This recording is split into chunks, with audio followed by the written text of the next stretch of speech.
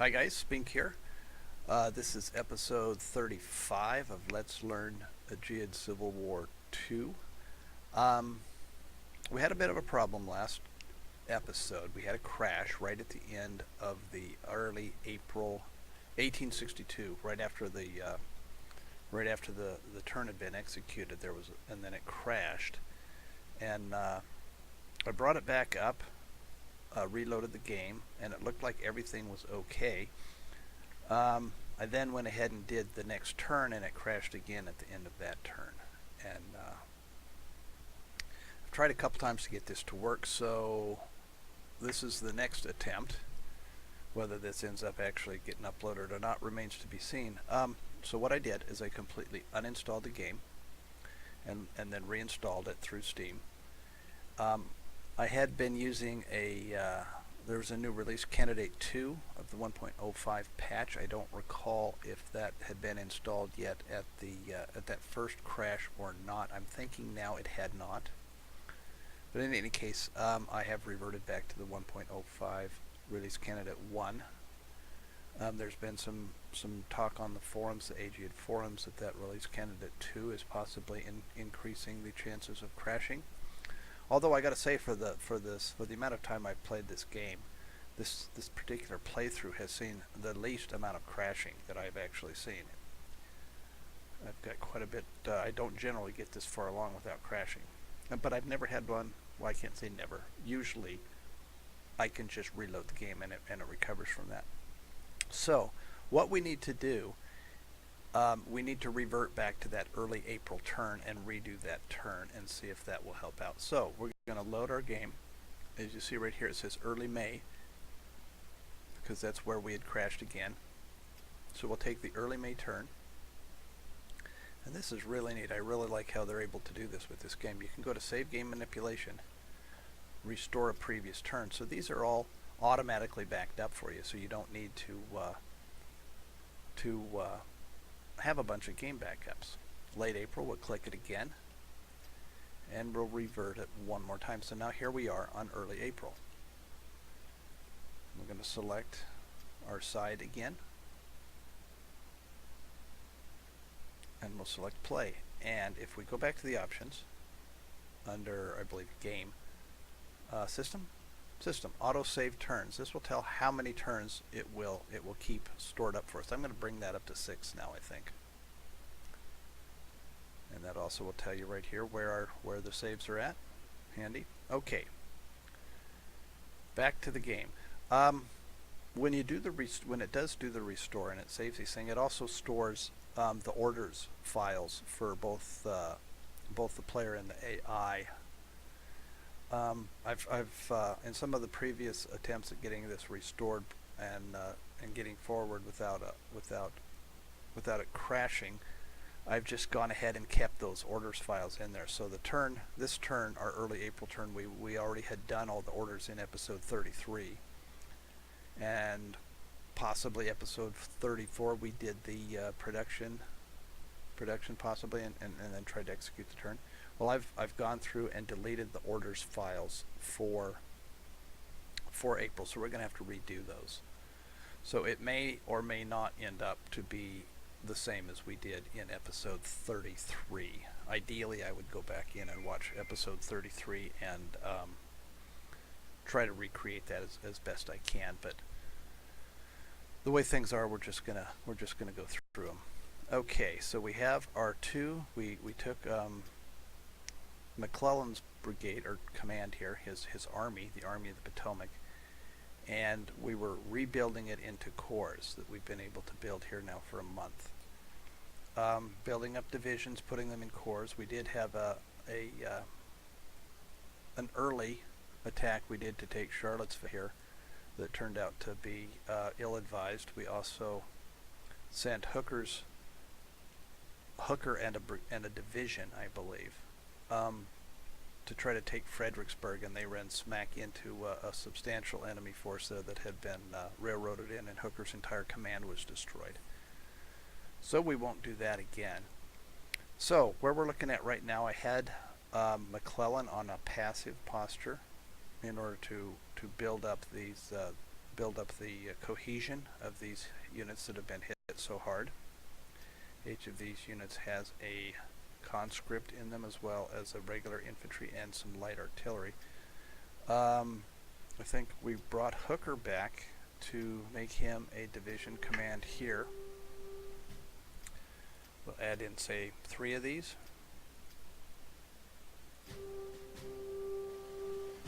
We may end up putting the other one in, but we're going to bring in some artillery and some more force to get him. What do we got here on this unit?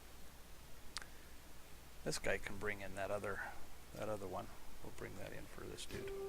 So he's up to 17 now. He's a pretty stout division here. He does have 5 conscript. 1, 2, 3, 4, 5 conscript units here. So we are going to keep these guys back with McClellan while we're recovering our cohesion here.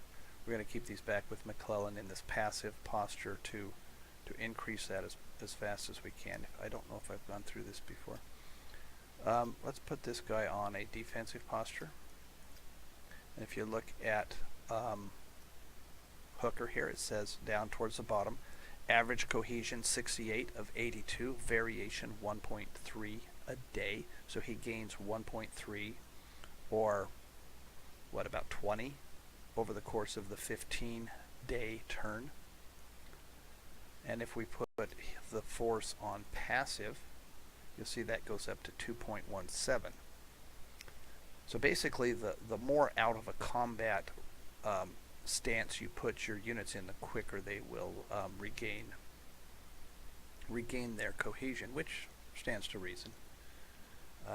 Let's take this guy and stick him in there to clear this up. We could take the whole stack. We wouldn't need the whole stack even, but let's just take Hooker out and stick those in Manassas. And now you see that's up to 2.6 because he's inside the structure here. So that's your maximum of cohesion recovery, is when they're inside a structure with passive stance. And I believe that the loyalty of the region affects that too. Obviously, you're going to be able to rest your units up much more effectively in the friendly territory than in enemy territory.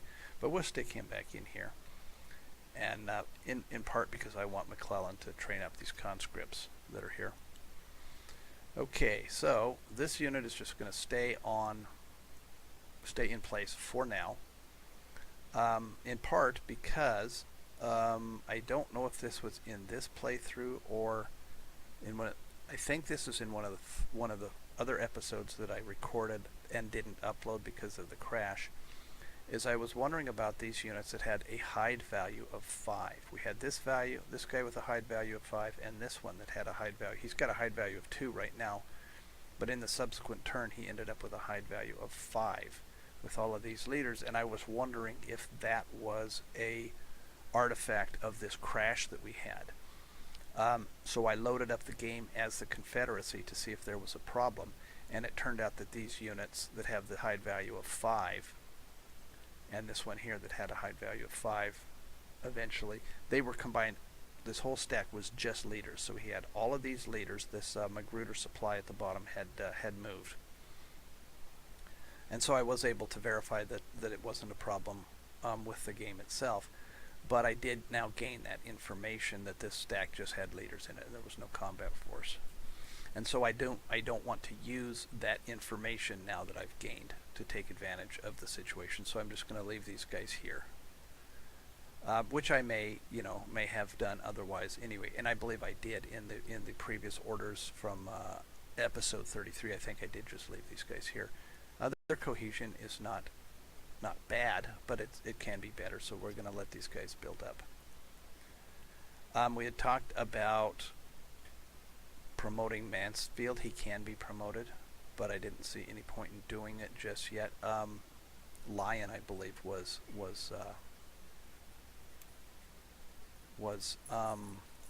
senior to him, and it would have had angered Lyon was one of our things on that. Did we ever end up promoting him? We did promote him. So now we actually can promote. We could promote Mansfield if we needed to, without angering Lyon. I don't know. Again, I don't know if there's any need to just now, but we maybe maybe let's bring a replacement down for him. So let's go back to our Washington force and let's grab MacArthur here. He seems to be our next senior guy. Let's grab MacArthur. We're going to send him down to the First Corps, and we're going to give him command of Mansfield's division, and then we'll promote Mansfield, and he'll be available to be a corps commander for us. Let's see what else we got in this region. We do have a sizable force down here. There's 2 corps, it says, J. Longstreet. So Longstreet and E.K. Smith both have corps here. They're down in the also here category, so that's putting this force well over 1,000. So it's probably too much for us to attack it directly with this force. So I think we'll leave Banks on defensive here. What's our supply situation looking like? Plenty of supply here now. It is a depot that we've captured. This force over here, we only have a detect of 3 on him, so we get very little information we're able to discover for him. It does appear to be a 2-star general with a regular, presumably that means an infantry brigade, and 1 supply unit. And he looks like he's trying to mess up our supply lines here. Again, that's brought that up to 100% military control, so we can't get supply through there in any case. We do have 44 military control here. I think we'll leave Shirts here to continue raising the military control of this area, and then when this unit moves on, we'll move Shirts down there and fix that railroad. In fact, since we're fixing railroads, let's go to what was in Baltimore. The contrabands. Let's take the contrabands over here and have them accompany Shirts, at least for now. I'm sure since they are not rail troops, or excuse me, they're not cavalry, they won't move as fast as the cavalry, and we'll just slow them down, so we may have to pull them back out. But for now, that'll allow us to build that railroad, very fast versus fast. To get that railroad repaired is also giving them a little bit of protection. And we could have the cavalry repair that railroad just fine, but it would give us something to use those contrabands for. What else do we have here? We do have a battery of artillery. And I think we needed some artillery down here, so we'll send this artillery battery down here to Washington. Clarksburg here. Milroy's force, you can see he is fully recovered with his cohesion. We have our cavalry that we've moved ahead to kind of scout out what's going on over here. We see there is 2 divisions, the 19th and the 5th Division, with about 275 points. So we should be able to, power-wise, we should be able to take that out with these guys. Bearing in mind that as we go through these mountains, and it is mud in the mountains, we are going to lose cohesion, quite a bit of cohesion because of the mud. So we'll take Milroy just up to this first region here, and then let him sit here afterwards and recover his cohesion, and then we'll move him on to Charleston. He's only got the 1 supply wagon, and he's really only got enough for not quite 4 turns. So I don't think that's sufficient for him. So let's, right now, this is something I'm going to try to get in the habit of, is when I say, oh, let's build a whatever for that guy, well, let's just stop and do it right now, so I don't forget all the time. So we're going to build 2 supply wagons into Wheeling here, and they'll take a while to build. And when they're done, we'll bring them up and follow Milroy with them. And when Milroy is sitting here recovering his cohesion, these will have caught up with him, and we'll be able to bring plenty of supply into Charleston here. We could, with this unit, bring him into here and get a better, what are we at? We've got a 4 detection on him. If we brought If we brought this unit in here, we would move that up to a 5 detection and possibly get some more information on this unit. In fact, why don't we try that? Let's see what happens. We'll put him on evade combat. It is mud, so they'll take some cohesion hits. We're gonna have to keep an eye on their supply. We're at 100 supply now, so we're good. We'll have plenty of supply coming up here, so we'll be good. Well, we may have to fall back to here. All right. Down in Kentucky, we took Bowling Green with this force. So like Alexander McCook showed up. We'll put him in there.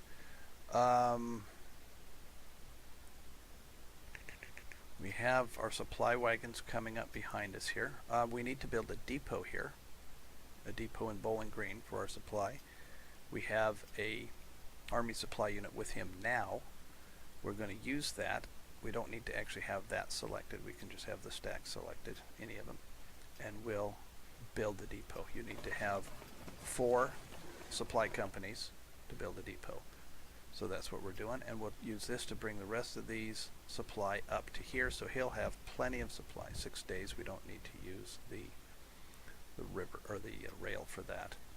I think what I did when I did these orders originally was I took Wood's division away and gave it to Thomas, because Thomas is our more senior guy.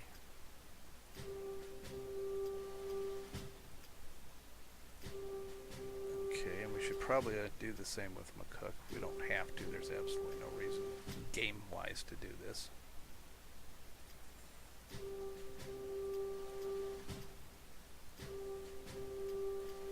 We got a lot of untrained troops here as well. A lot of militia, volunteers, and militia. Okay, let's do the same with Hurlbut. That's a pretty small force here.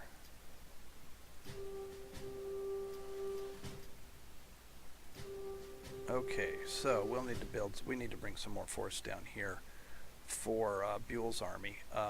We need to build up this division, fill out. In fact, all of these divisions can use, except for McCook here. All of these divisions could use some more troops, and I'd like to get another division down here. So let's think about right now. While we're thinking about it, let's build some troops for him. Before I do that, let me hit this and see if we actually are building some already. We got some building up in Springfield. I believe those are for Fremont's army, and we have some in Pennsylvania. So one in Indiana, Harrison, Indiana. Harrison, is that what I said? Infantry Brigade, Indiana. Harrison, Indiana. So right here in New Albany. So presumably we already had one planned for that. So let's go to our southeast. So let's build some Kentucky guys for them. We have this brigade, which is just 2 regular infantry brigades. This one adds a cavalry conscript into the mix, but also has an infantry conscript. And then this one here is larger again, all basically untrained forces or lightly trained forces, and then some light artillery. This will cost 45 days. This one will cost 50 days. It'll cost a little more time to make, but we're going to end up with our infantry units that that are not going to need further training. I think I'm going to build them back here. Well, I guess one was all we had of those. So we'll build these up here. Maybe give him an artillery unit in Lexington. And that's going to be it for us money-wise. Okay, so that'll kind of fill out this force a little bit. I think we're going to sit tight, wait for our supply situation to improve, and then we're going to strike either to Clarksville or to Gallatin here. We do need to keep an eye on Forest over here, because we do have a supply line here that we need to protect.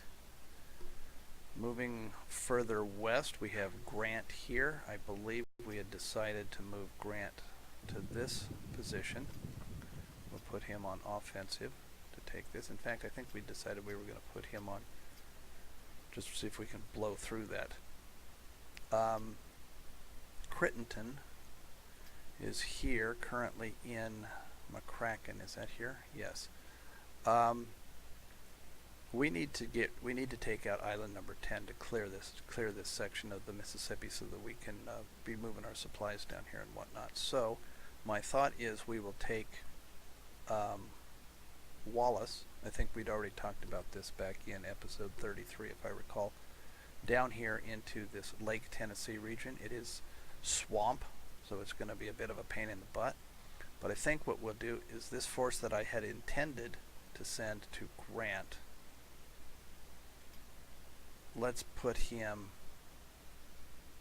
with Wallace instead. And then we'll take one of his supply trains out and use that force to create a depot here. So we're going to put a depot here. We thought we would do that with our supply wagons a turn or two ago, but we ended up getting our transports, our river transports, but they'd got hammered a little bit, so we were unable to do that.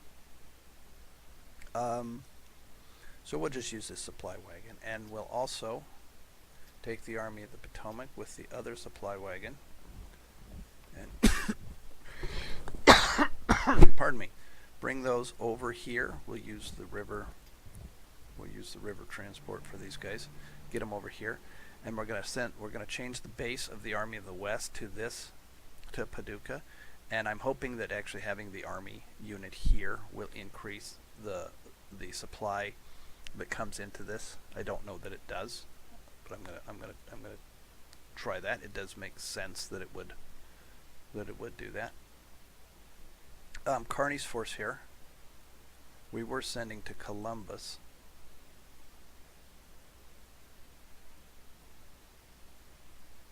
How about if instead we send that after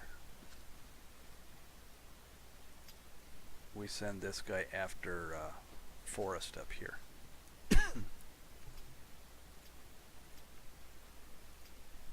We will put him up on a more sizable. We're not going to put him on a defensive type of deal. We want him to attack. Now, whether we catch Forrest up here, I don't know. I don't really want to target him directly just yet, because who knows where he'll end up going. That's one of the things you got to watch out for. If you actually target the unit, that unit can move somewhere that you wouldn't want your following unit to go at, especially in a case where you have a light cavalry situation here. Say this guy went down here, we wouldn't want our cavalry unit to go into take out Pemberton here. Okay, this brigade here, this is I guess this is a garrison of Paducah. We got him on permanent sentry status. Okay, so that should deal with that bit of force here. We do have, what do we have here? Oh, right, yeah, we had a flatboat that we captured. These flatboats are pretty useless to us. Poor man's transports, essentially what they are, and they're very slow. And so if we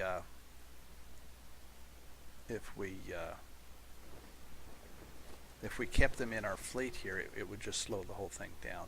And they're of no particular value to us, so we can disband these since they're captured. They don't cost us any victory points or national morale. We'll just get rid of those. We don't need those. We have 1, 2, 3, 4, 5 ironclads. I believe we had some additional back here. Not yet. That's a later turn. These forces here need to recover. We've taken some losses from those guns. We'll leave those there. And I believe we'll leave Foote or Porter here to hold this area right there. Moving west. We took Springfield.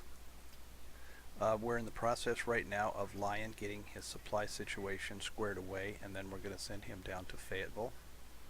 What is this? This is a supply wagon that is due. Why do we have a supply wagon on offensive? We have a supply wagon that is due down here in 2 days. What's the weather? The weather is mud, so we're just going to sit tight anyway. No sense burning through our cohesion.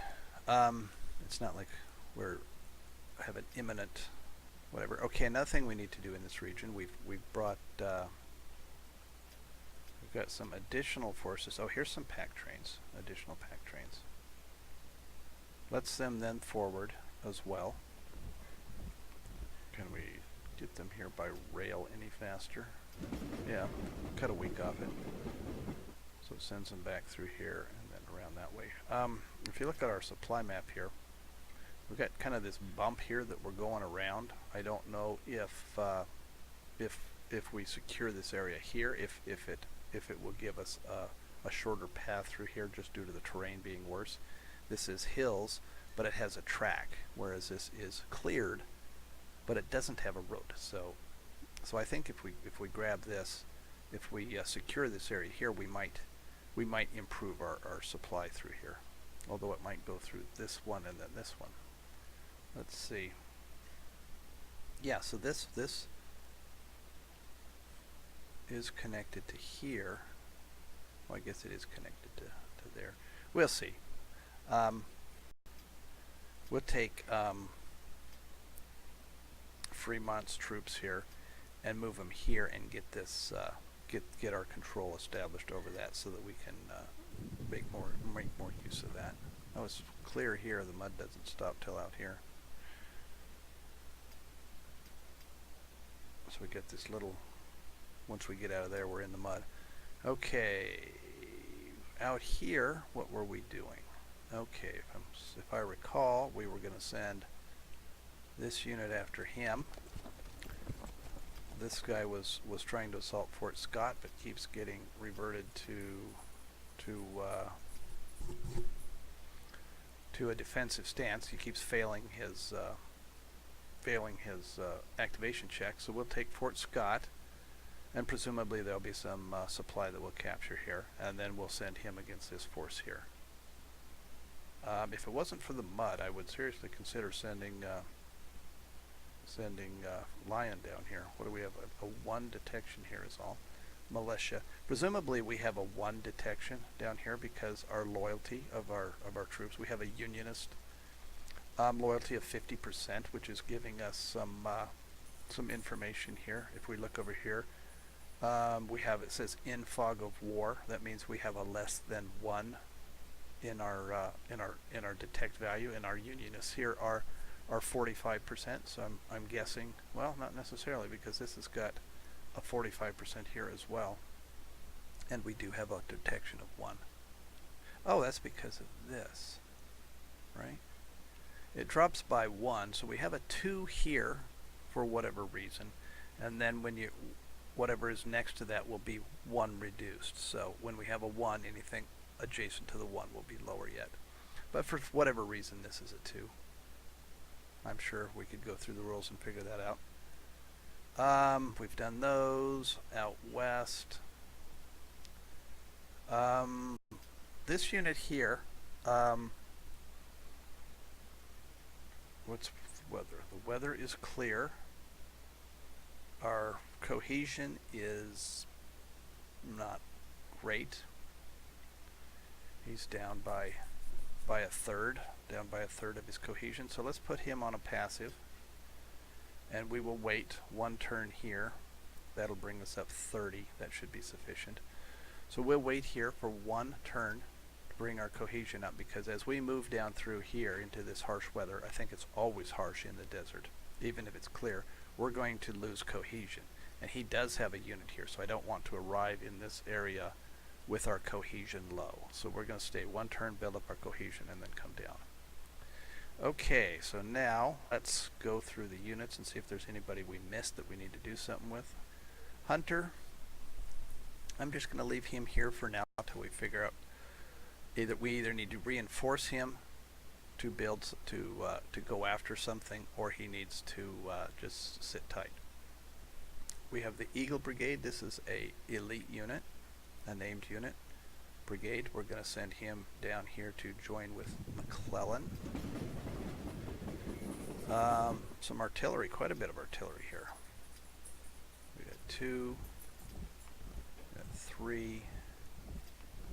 Actually, let's just combine them all.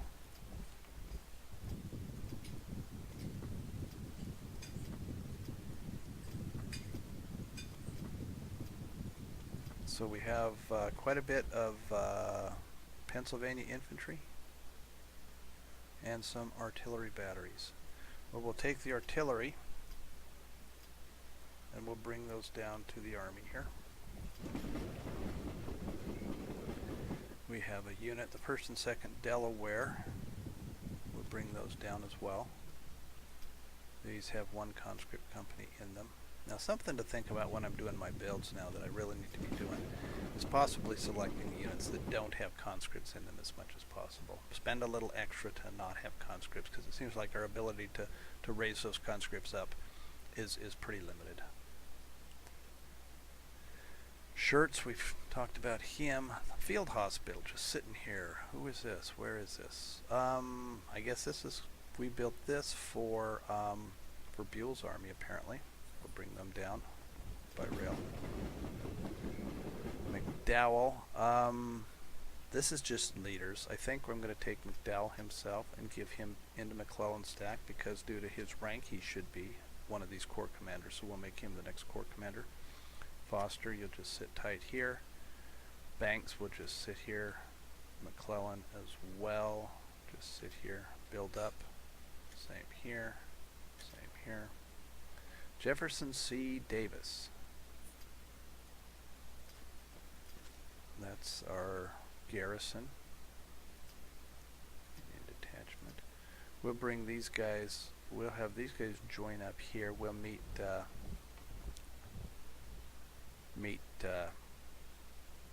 Fremont here. Combine those up. Next we have Ricketts. We put him on an assault posture. We have this cavalry unit that is, what is this? This is our cavalry brigade that we're using to build up the military control here. Mud, clear. I think, yeah, we'll leave him there, I think. One more turn. Lion, I think, because of the mud and because we're waiting our supply, we'll just sit here for one more turn. Second supply, this is what is building our depot here. Butler's force, let's bring them back up here, up to where we had such glory earlier on, where he got knocked on the head and his entire force destroyed. This army is going to sit tight. We're building a depot, and we're awaiting the rest of our supply coming up, and then we're going to attack one or the other of these guys. Wallace, let's move Wallace into, start moving into this this region here. Crittenton will follow them. He'll catch up with them and meet up, and they'll sync up here. Fort Craig force. There's really nothing left for these guys to do just yet. We could come all the way down here and see what's to be done against some of these. His supply is been replenished. He's actually doing pretty good as far as supply goes. Why don't we do that? Why don't we bring him down? Is it mud? No, it's not mud. Fort Craig. Maybe we can come down here. Try that. We have just a militia force there. We can see what that does. Can be. We're just going to wait for a turn, and that's all of them. Okay, our naval forces. We'll just sit tight here in the blockade. They're starting to take a little cohesion hits. I think we want to think about recovering. Oh, we did send a unit here to recover to do that. Let's take the Constellation and the Colorado. They're our two lowest ones. Maybe, yeah. These guys are okay. Let's take these and let's send those here. see if they can recover their cohesion in Beaufort. That's part of one of the reasons we did this, is to have a closer place to do this. Merchant shipping is fine. This flat boat here, we've got 2 of these that we've captured. Again, there's absolutely no reason to keep these, so we'll dispose of those, suffering no loss in doing so. This unit here looks like he's doing fine. Well, cohesion's down to half. Let's bring them back to Fort Pickens. Our other blockade squadron, this is getting pretty low here on cohesion. And we're gaining no cohesion here. I don't suppose we can put these on passive. No, that doesn't gain us anything. I believe I read somewhere that the actual stance you're in does not have any bearing in these boxes. Let's take the Atlantic Squadron number 1. He's our lowest cohesion. Maybe take them. Well, let's take them over here to Fort Jackson. Right here. And he'll recover his cohesion and become resupplied. Well, he's already good on supply because it's using it off the supply, the transport first. And we'll get his cohesion up and then bring them back in. So we'll just kind of shuttle them in one at a time to hopefully have as little effect on our blockade as we can. These units will just sit here. This is our transports that we need to get recovered. Let's put them on passive to remind us of that.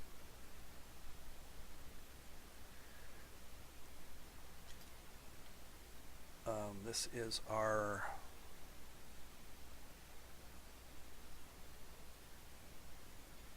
our blockade force here. Some of them are quite low in their cohesion, so we'll just leave them. Maybe we can pick out some that are fairly low here, or that have some cohesion that's still. And we'll bring these guys back out to Hampton Roads. Hopefully continue to still have still keep our cohesion up, or our blockade up rather. The John Adams here, this frigate, is pretty beat up. Let's send him back to Philadelphia so that he can be repaired. These units we've looked at, these ones were blowing up. Ditto. The Monitor. These are in Fort Monroe, and these are recovering. These are recovering their cohesion. Let's take the Monitor, since the Monitor's in good shape. Let's take the Monitor and stick it in with Dahlgren's fleet here. And they are recovering cohesion. These guys are just sitting there because they're transports, and that's it. So we will call this to a close, and next episode we're going to try this again. We're going to try to execute the turn, and hopefully it won't crash. So I'll see you next time.